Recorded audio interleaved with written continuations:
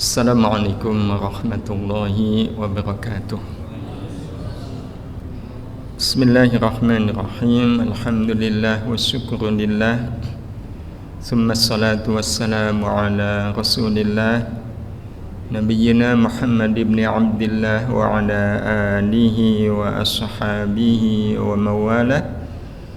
La hawla wa la quwwata illa billah, amma ba'd. Bapak Ibu Jamaah Ashar Masjid Salahuddin yang dirahmati Allah, kajian tazkiyah kita sore hari ini kita ingin berbincang soal jiwa dan raga. Hafal lagu kebangsaan? Jiwa raga kami. Ya. Nah, kita ingin bahas tentang bagaimana membangun harmoni antara jiwa dan raga. Ini hal yang sangat penting karena jiwa dan raga itu tidak pernah berpisah selama kita masih ada di dunia.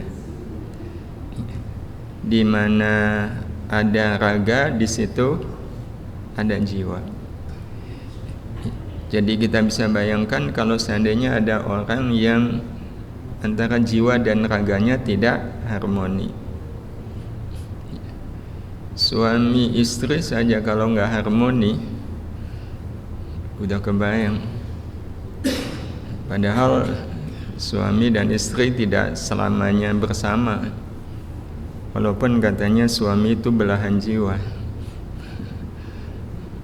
Tapi kalau bapak pergi ke kantor kan istri nggak ngikut. Nah, ini jiwa dan raga kemana-mana selalu menyatu.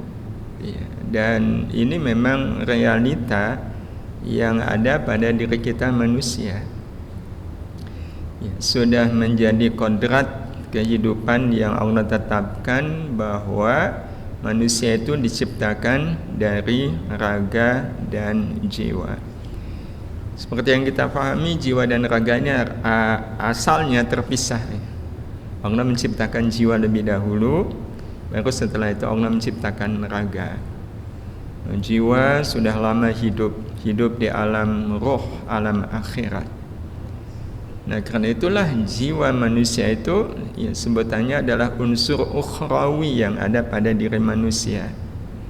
Dan raga karena diciptakan dari tanah yang ada di dunia ini, jiwa ini adalah unsur duniawi.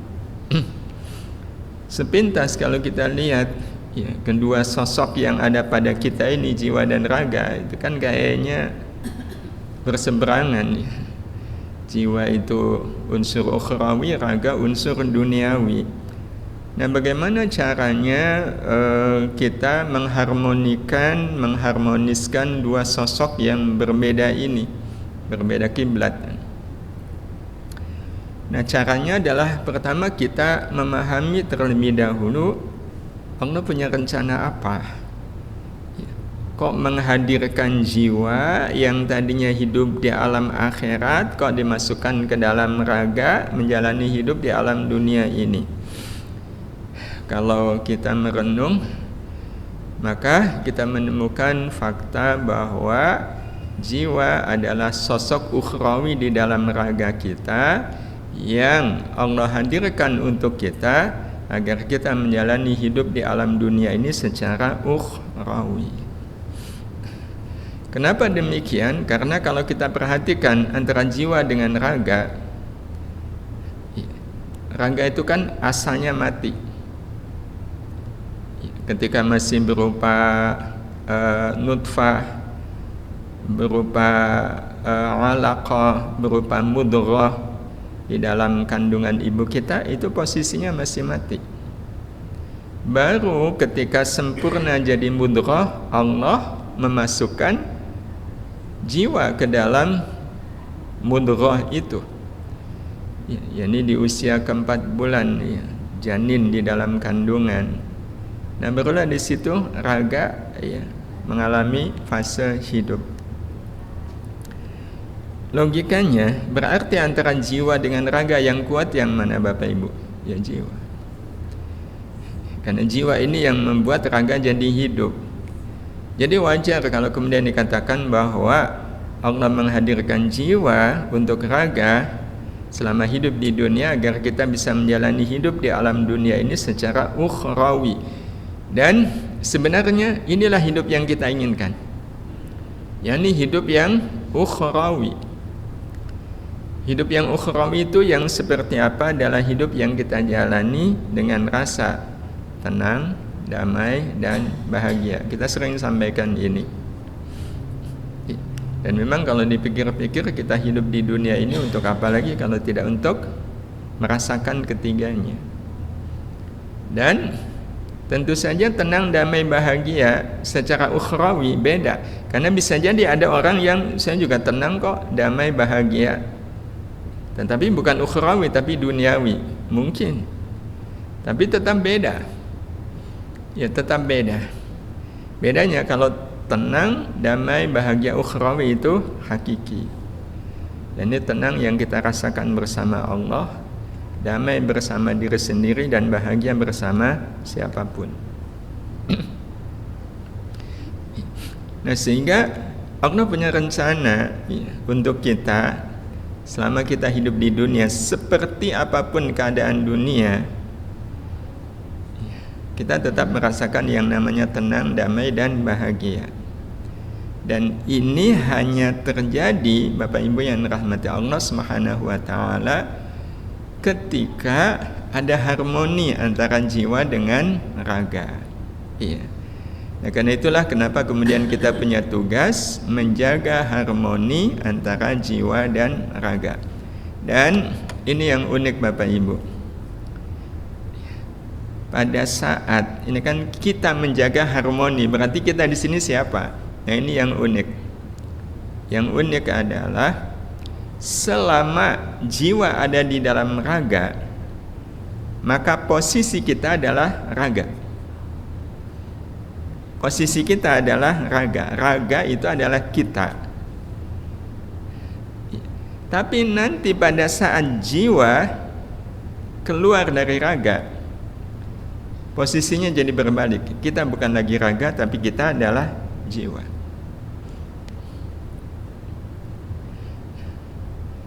Nah, hadirin hadirah yang dirahmati Allah Subhanahu wa taala. Jadi kalau sekarang ini posisi kita adalah raga. Nah, raga ini yang harus menjaga harmoni antara jiwa dengan raga. Nah, cara termudah untuk menjaga harmoni kan berarti yang harus kita jaga adalah harmoni kita dengan jiwa. Karena kita posisinya adalah raga. Bagaimana kita membangun harmoni antara kita dengan jiwa. Sehingga ini kalau dianalogikan, sekali lagi ini analogi saja. Berarti posisi jiwa di dalam raga kita saat ini, posisinya sebagai apa Bapak Ibu? Sebagai tamu. Karena jiwa di dalam raga kita ini sementara.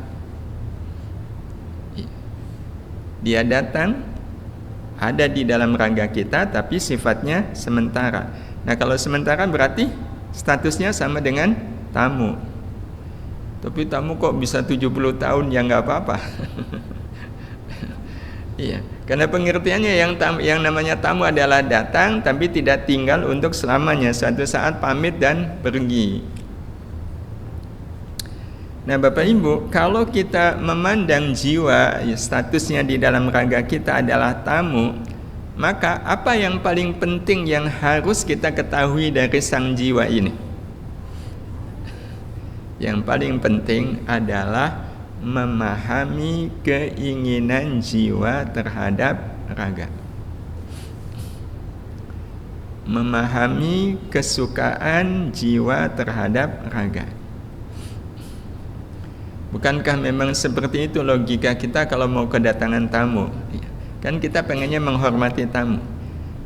Nah, cara paling mudah untuk menghormati tamu adalah hormati tamu sesuai dengan apa yang menjadi keinginannya. Kalau kita nggak tahu apa yang diinginkan oleh tamu, itu kita pusing nggak? pusing kan. Ini nyiapin apa nih? Iya, nyiapin teh, iya, air putih atau apa? Kalau nggak tahu kan akhirnya semuanya dibuat gitu. Tapi kan jadi nggak simpel. Tapi kalau kita tahu keinginan tamu, wah itu enak gitu. Wah ternyata tamunya itu senang sekali sama gudeg. Ya udah kita nggak mikir yang lain kan, siapin gudeg. Ya. Nah Bapak Ibu yang dirahmati Allah Subhanahu wa taala, terus apa yang jiwa inginkan terhadap raga? Sudah berapa tahun jiwa kita bertamu di dalam raga kita Bapak Ibu sampai hari ini? Sudah puluhan tahun.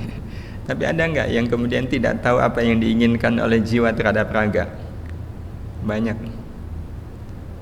Kalau sampai tidak tahu apa yang diinginkan oleh jiwa terhadap raga, sampai detik ini semisal ada orang, berarti selama ini raga mengapakan jiwa Bapak Ibu? Menyanyiakan.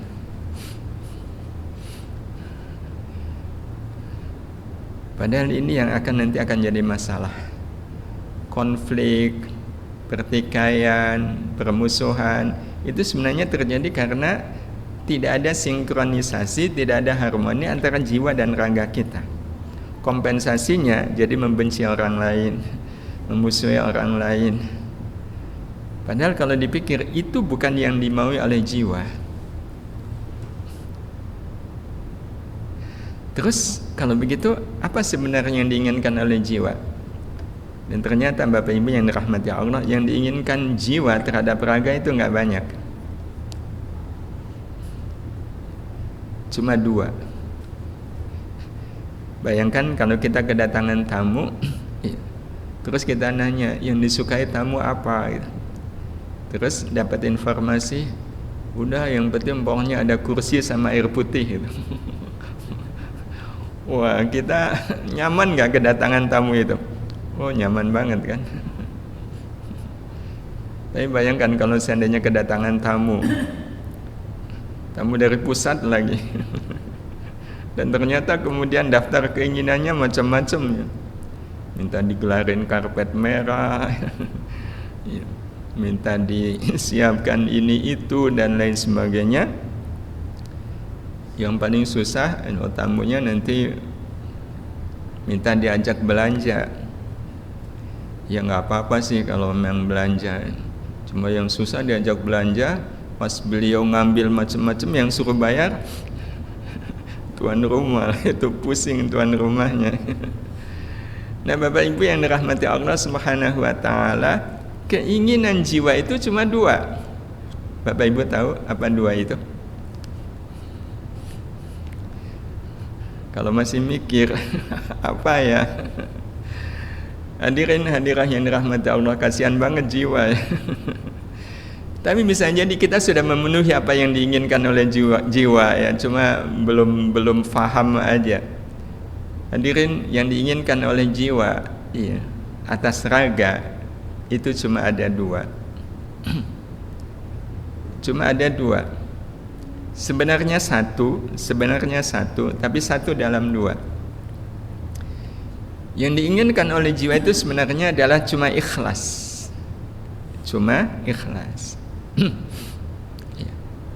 Ikhlas, dan kemudian ikhlasnya itu dibuktikan dalam wujud kenyataan. Berarti jujur dengan keikhlasan. Sederhana nggak Bapak Ibu? Ikhlas dan jujur. Nah ikhlasnya itu dalam 2 hal. Dan ini yang memang sangat-sangat disukai oleh jiwa. Dan jiwa betul-betul berharap raga ikhlas di dalam 2 hal ini.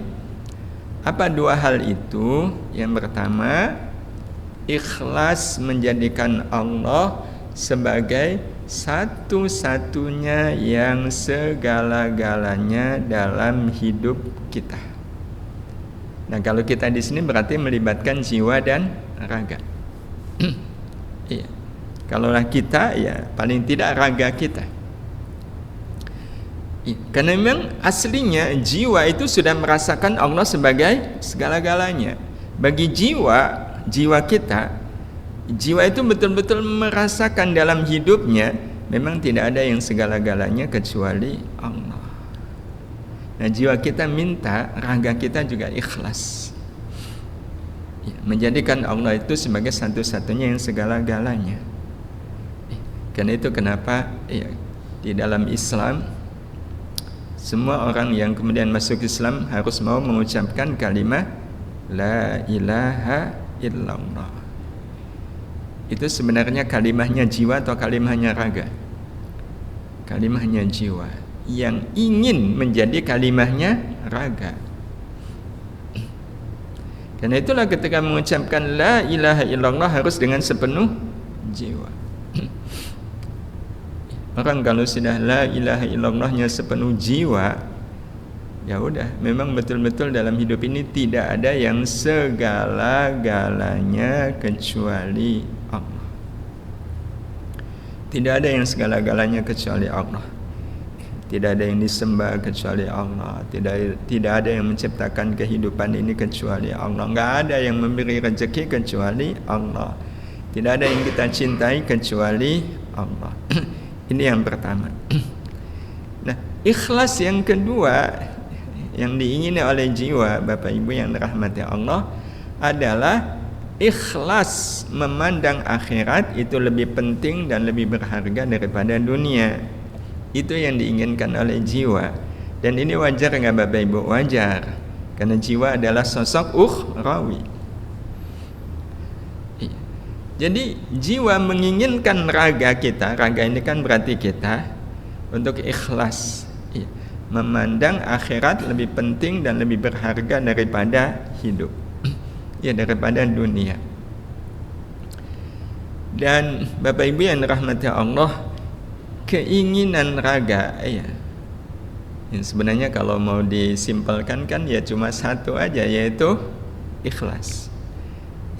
Ikhlas yang dibuktikan, jujur.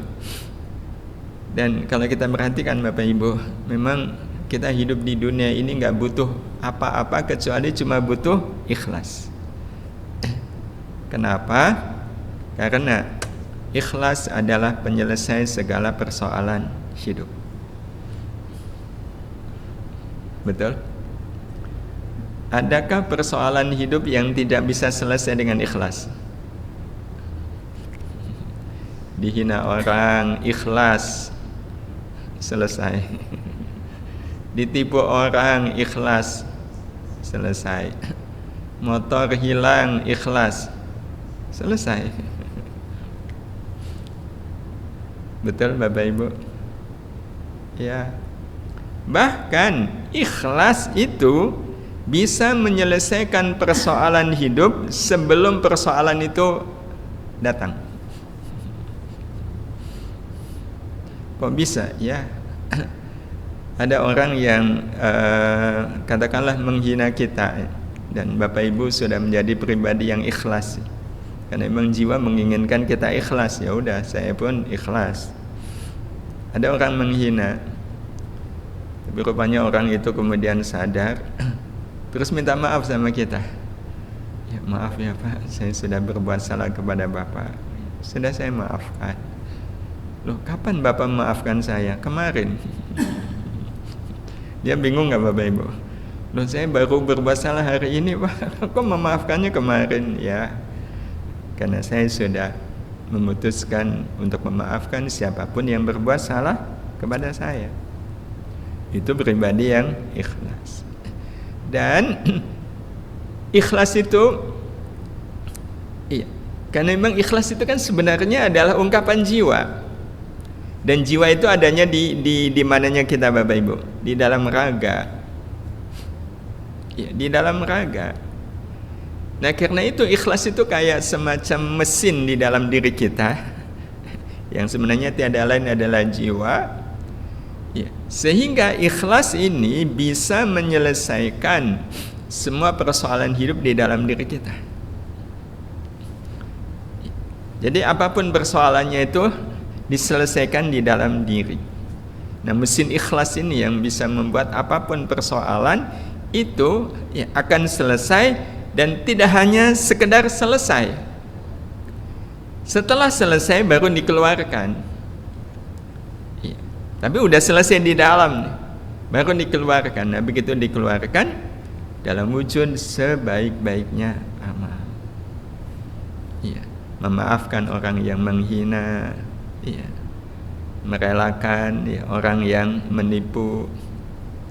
Loh, kalau orang nipu direlakan, kehidupan ini memiliki sistem yang luar biasa adilnya.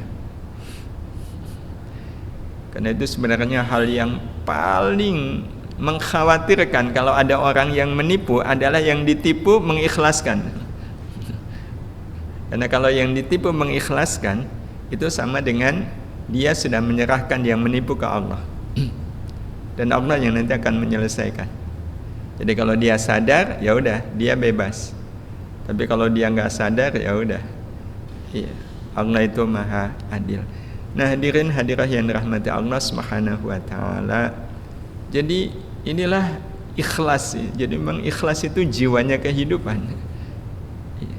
Ikhlas itu jiwanya kehidupan. Siapa yang ikhlas berarti dia hidup dengan jiwa dan raganya. Bapak Ibu yang dirahmati Allah, jadi tidak akan dikeluarkan sebelum selesai di dalam. Kalau belum selesai dikeluarin, nah itu pasti nanti akan jadi masalah ya. Dua orang ya, lagi ada masalah gitu. Terus salah satunya bilang, kita selesaikan di parkiran yuk. Nah kalau bahasanya kita selesaikan di parkiran itu artinya ngajak apa Bapak Ibu? Itu bukan karakter orang yang ikhlas. Jadi kita ini kalau diibaratkan Bapak Ibu yang dirahmati Allah ya, seperti dapur. Dapur itu tempat penuh masalah kan. Piring kotor, panci kotor ya. Kalaupun ada makanan mentah semuanya kan. Nah, terus diapain? Diselesaikan. Diselesaikannya di mana? Ya di dapur. Ya, yang kotor dicuci, yang mentah dimasak. Begitu udah mateng, udah selesai, baru dikeluarkan, ditaruh di meja makan. Itu akan jadi apa Bapak Ibu? Akan jadi berkah kan bagi keluarga, berkah bagi siapapun. Karena dikeluarkannya sudah dalam bentuk matang. Tapi bayangkan kalau seandainya ada ibu-ibu masak, tapi bapak-bapak juga kan boleh masak ya. Nasinya masih setengah mentah dikeluarkan. Bikin sayur asem masih seperempat matang dikeluarin. Ditaruh di meja makan. Itu jadi berkah atau masalah? Salah. Maka sama ya. Ketika persoalan hidup belum selesai di dalam, belum selesai nih di dalam, dikeluarin, oh itu pasti akan jadi masalah. Nah hadirin hadirah yang dirahmati Allah, jadi inilah ikhlas. Tapi, nah ini tapinya ya, saya mungkin pernah sampaikan ini. Ikhlas itu ternyata ada kelas-kelasnya Bapak Ibu. Kira-kira kita kalaulah ikhlas ya, ikhlasnya masuk yang mana ya? Karena ada ikhlas yang ori dan ada ikhlas yang KW. Kalau yang ori berarti ikhlasnya jiwa. Ikhlas yang dilakukan dengan sepenuh jiwa. Karena sekali lagi Bapak Ibu yang dirahmati Allah, ikhlas itu menunjukkan kita menuruti apa kata jiwa, memenuhi apa yang menjadi keinginan jiwa. Karena jiwa itu memang menginginkan kita untuk ikhlas.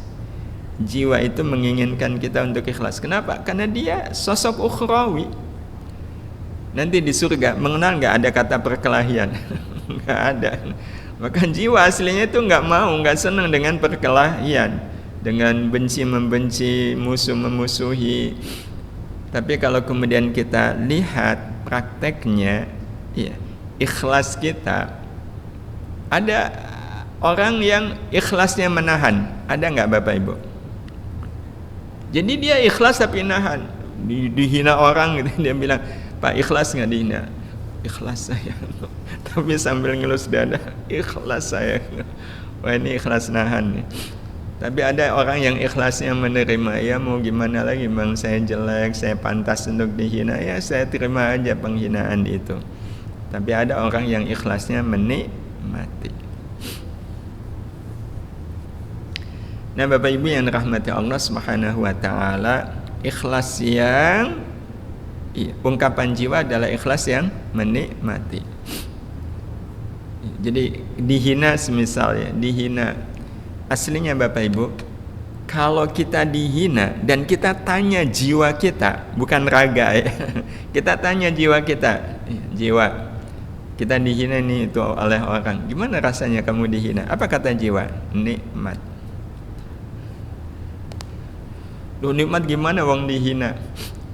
Bapak Ibu yang dirahmati Allah, jiwa itu asalnya dari mana? Dari surga. Dan pengen kembali ke surga otomatis. Nggak ada orang yang jiwanya pengen kembalinya ke neraka kan? Iya, karena jiwa sudah merasakan betul nikmatnya hidup di surga. Jadi kalau pengen kembali ya kembali ke surga. Tapi apa hubungannya dihina kok nikmat? Orang kalau dihina, kalau kita baca hadis Rasul sallallahu alaihi wasallam, Rasul kan pernah ditanya oleh seorang sahabat, "Ya Rasulullah, dullani ala amalin yudkhiluni al-jannah." Ya Rasul, tunjukkan kepadaku amalan yang bisa membuatku masuk surga.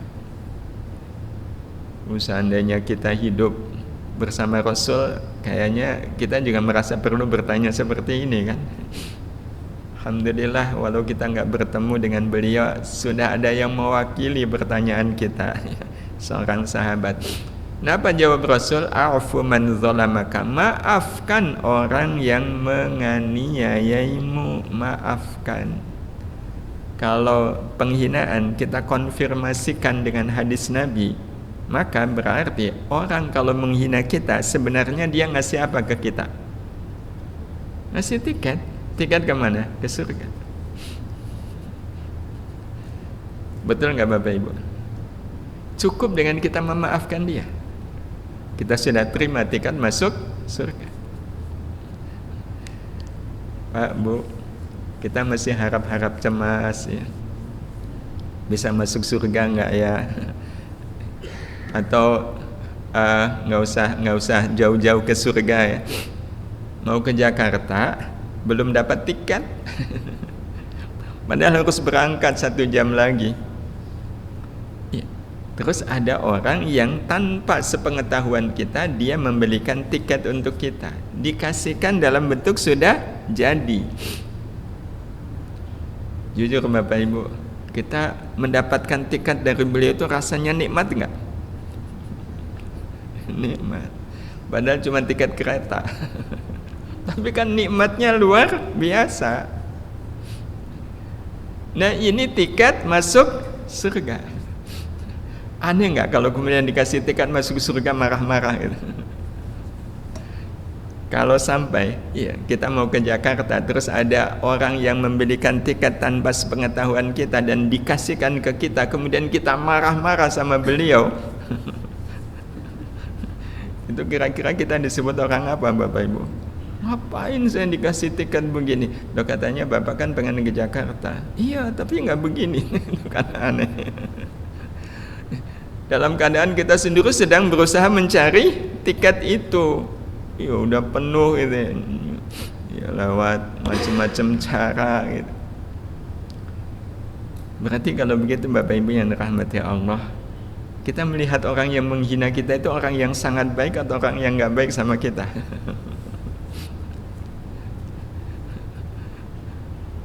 Tapi kalau seandainya kemudian kita tetap membenci, itu artinya apa? Ada ketidakharmonisan antara jiwa dengan raga. Karena yang membenci itu kan bukan maunya jiwa, itu maunya raga. Dalam posisi raga itu ya kita. Nah, karena itu Bapak Ibu yang dirahmati Allah, ikhlas itu berharga luar biasa. Sehingga kalaulah hidup ini mau dibuat simpel, udah yang penting ikhlas itu.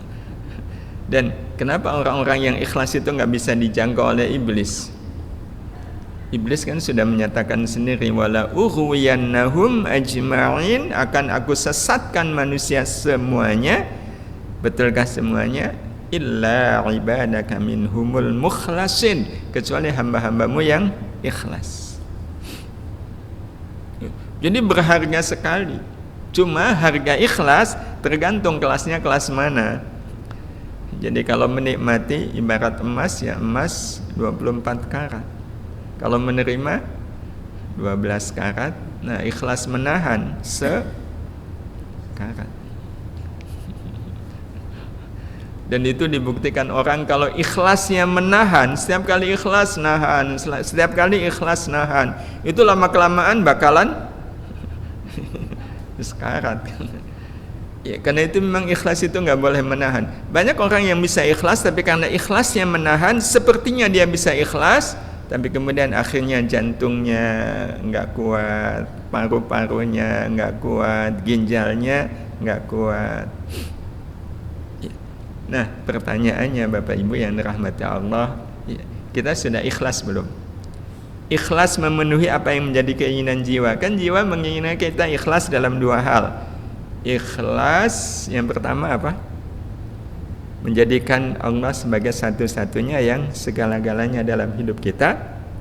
Dan yang kedua adalah ikhlas memandang akhirat itu lebih bernilai, berharga, lebih penting daripada dunia. Nah, ini kita ingin coba simulasikan dengan diri kita. Iya. Nah, simulasinya begini Bapak Ibu. Ya. Pertanyaan wujudnya ya. Ikhlaskah kita meninggalkan kesibukan dunia yang sangat menguntungkan saat azan bergema memanggil kita untuk menghadap Allah? Jadi kalau seandainya punya toko gitu ya, oh lagi ramai ini. Ya, tapi lihat jam, ya, 5 menit lagi adzan zuhur.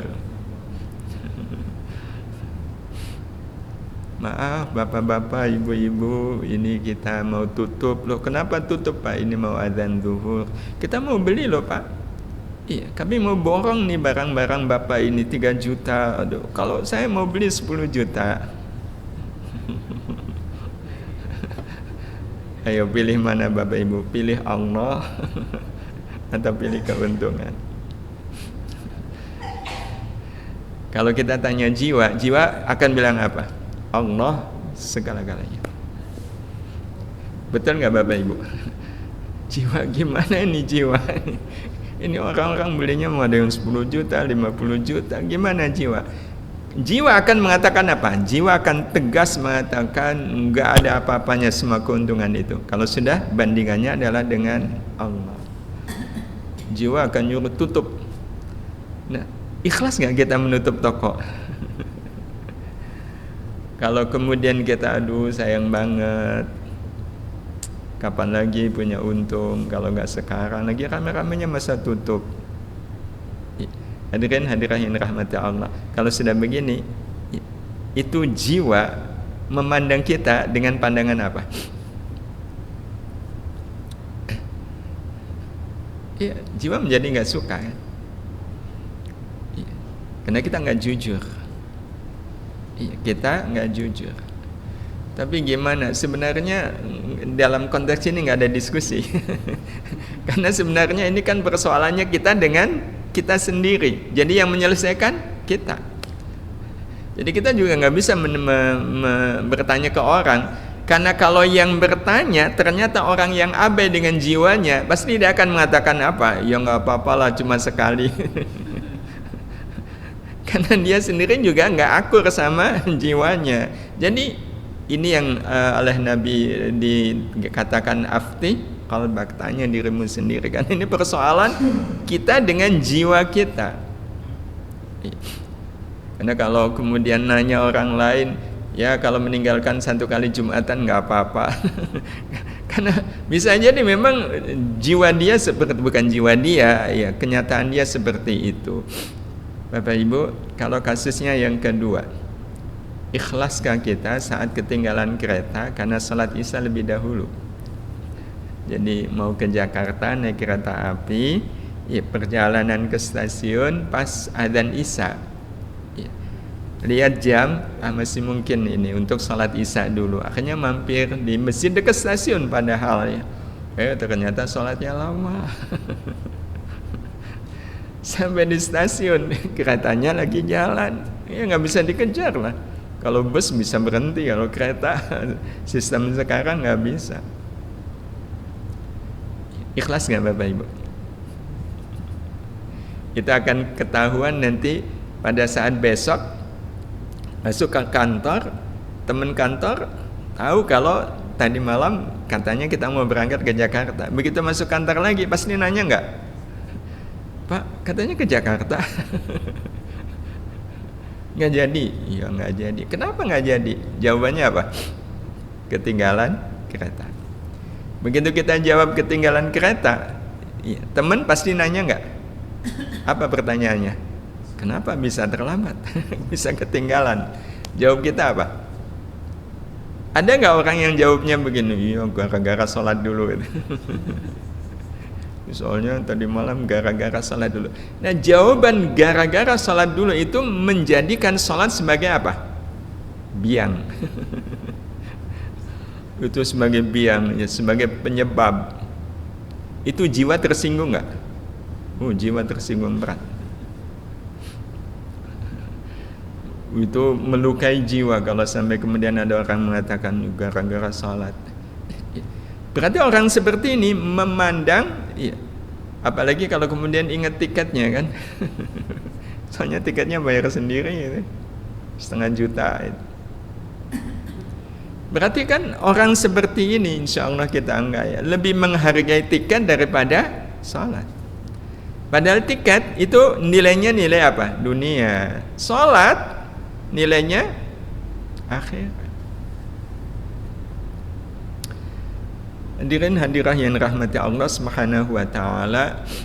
Kalau ini Bapak Ibu, ikhlaskah kita saat orang yang sering menyusahkan kita hidup bahagia, dipuji dan disukai banyak orang? Ikhlas nggak Bapak Ibu? Bahkan suka ngolok-ngolok kita, menfitnah kita gitu. Tiba-tiba dipromosikan jabatannya naik. Bapak Ibu, ikhlas nggak kita ngelihat beliau? Wah, rasanya berat banget ya, kalau nggak sudi saya nggak rela dia kok dipuji-puji banyak orang begitu. Apakah ini maunya jiwa? Yakin bukan. Itu maunya raga yang memaksakan diri untuk membenci. Bapak Ibu yang dirahmati Allah Subhanahu wa taala, satu lagi nih Bapak Ibu. Iya. Ikhlaskah kita saat salah memasukkan uang infak harusnya 5.000 tapi kenyataannya 100.000? Jumatan pas kontak infaknya kok pas lagi khutbah. Kan kalau khutbah harus fokus mendengarkan. Iya. Nah, karena fokus akhirnya kita ngambil uangnya itu, iya, nggak pakai ngelihat, ngeluarin dompet itu. Jadi pakai diraba itu. Dengan satu asumsi saya nyari yang warnanya coklat. Kayaknya cukup deh yang coklat aja. Pas nyari, ini ketemu ini yang coklat nih, diambil, dilipat nih. Nggak pakai ngelihat, dimasukkan ke kotak infak juga nggak ngelihat. Selesai Jumatan, lapar ke kantin. Pas mau bayar, do mana ini perasaan ada yang merah kok nggak ada gitu ya. Cari-cari lagi loh, kayak yang coklat malah masih ada. Kesimpulannya berarti tadi infaknya 100.000. Pak Bu, kalau kita mengalami kejadian seperti ini, rasanya kecewa, gelo, atau malah kita senengnya 20 kali lipat. Kan rencananya 5.000, realisasinya 100.000, itu berapa kali lipatnya? 20 kan? Kita betul-betul senang, ya Allah, alhamdulillah saya nggak jadi 5.000, jadinya 100.000. Pernah nggak kita begitu Bapak Ibu? Kalau kemudian kok bisa salah sih ya Allah, kebanyakan nih infak. Aduh, kebanyakan nih infak. Itu jiwa kita merasa diapakan oleh raga. Apalagi kalau sampai kemudian datang ke takmirnya, menyampaikan mohon maaf ini, minta kembalian. Mendingan kehilangan malu daripada kehilangan yang merah. Wah, itu udah jiwa rasanya kayak diantemin gitu.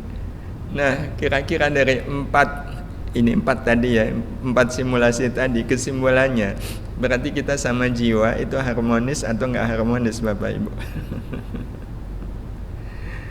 Ya, kalau kita kemudian membaca diri kita, ya Allah, berarti jiwa dan raga kita sedang tidak baik-baik saja, sedang tidak harmonis. Pertanyaannya, mau sampai kapan? Mau sampai kapan kita mengecewakan jiwa? Mau sampai kapan? Karena bayangkan Bapak Ibu, bayangkan suatu saat jiwa akan meninggalkan raga enggak? Kalau dalam keadaan jiwa dengan raga enggak harmonis, itu jiwa pergi pakai pamit enggak? Dan betapa banyak orang yang enggak nyangka ternyata hari ini adalah hari kematiannya. Ada nggak Bapak Ibu? Ada. Dan itu terjadi karena jiwa tidak harmonis dengan raga. Tapi pernah nggak Bapak Ibu yang dirahmati Allah, ada orang yang meninggalnya itu sudah menyebut-nyebut hari, walaupun kita nggak nyangka gitu ya, masih hari Jumat gitu ya. Saya punya sepupu yang subhanallah ya, jadi waktu itu masih hari Ahad, tapi nanya ini hari Selasa ya, enggak ini hari Ahad. Hari Senin nanya lagi ini hari Selasa ya. Pas hari Selasanya beliau minta agar, beliau sakit memang, agar rumah ini dibersihkan. Kenapa? Sepertinya nanti ada tamu. Dan betul selepas asar, keluarga salat asar, beliau sendiri di kamar salat asar sendiri. Nah, habis asar itu kemudian beliau sudah dalam keadaan wafat. Kenapa bisa? Ya seperti kita punya tamu, kita sudah menghormatinya, memuliakannya. Kalau beliau mau pulang, itu menyebut enggak? Saya insya Allah pulang 3 hari lagi. Nah, jadi kalau beliau pulang 3 hari lagi, kan kita cukup menyiapkan ya, beli bakpia, beli oleh-oleh yang bisa dibawa pulang kan oleh beliau. Bayangkan kalau seandainya pulangnya enggak pakai bilang, lah kita mau ngoleh-ngolehin gimana caranya? Cuma kaget saja. Dan itu memang sangat tergantung sejauh mana kita menjaga keharmonisan antara jiwa dan raga. Karena sekali lagi, sepanjang jiwa ada di dalam raga, maka kita adalah raga. Tetapi begitu jiwa keluar dari raga, kita adalah jiwa itu sendiri, yang kelak nanti akan, na'udzubillah, insyaallah kita semua menjaga harmoni, sehingga kapanpun jiwa harus pulang, insyaallah pulang baik-baik. Pulang baik-baik, bahkan bisa jadi jiwa meminta raga untuk mengucapkan kalimat yang sangat berarti. Kalaulah selama hidup kita memenuhi keinginan jiwa, dan keinginan jiwa kan kita ikhlas menjadikan Allah sebagai satu-satunya yang segala-galanya, maka apa yang terjadi ketika jiwa akan meninggalkan raga? Jiwa mohon kepada raga untuk mengucapkan kalimat yang menunjukkan pengagungan kepada Allah yang luar biasa. Kalimat apa? Apalagi kalau bukan kalimah la ilaha illallah. Jiwa meminta raga untuk melepas sang jiwa dengan kalimat la ilaha illallah. Rasul mengatakan, man kana akhir kalamihi la ilaha illallah dakhalal jannah. Dan ya Allah wa iyyakum, kita lanjut insyaallah menyelesaikan problematika jiwa dan raga. Mudah-mudahan pekan depan selesai, ada harmoni antara jiwa dan raga. Terima kasih Bapak Ibu, mohon maaf. Kita akhiri dengan doa kafaratul majlis. Subhanakallahumma bihamdika asyhadu an la ilaha illa anta astaghfiruka wa atubu ilaik. Assalamualaikum warahmatullahi wabarakatuh.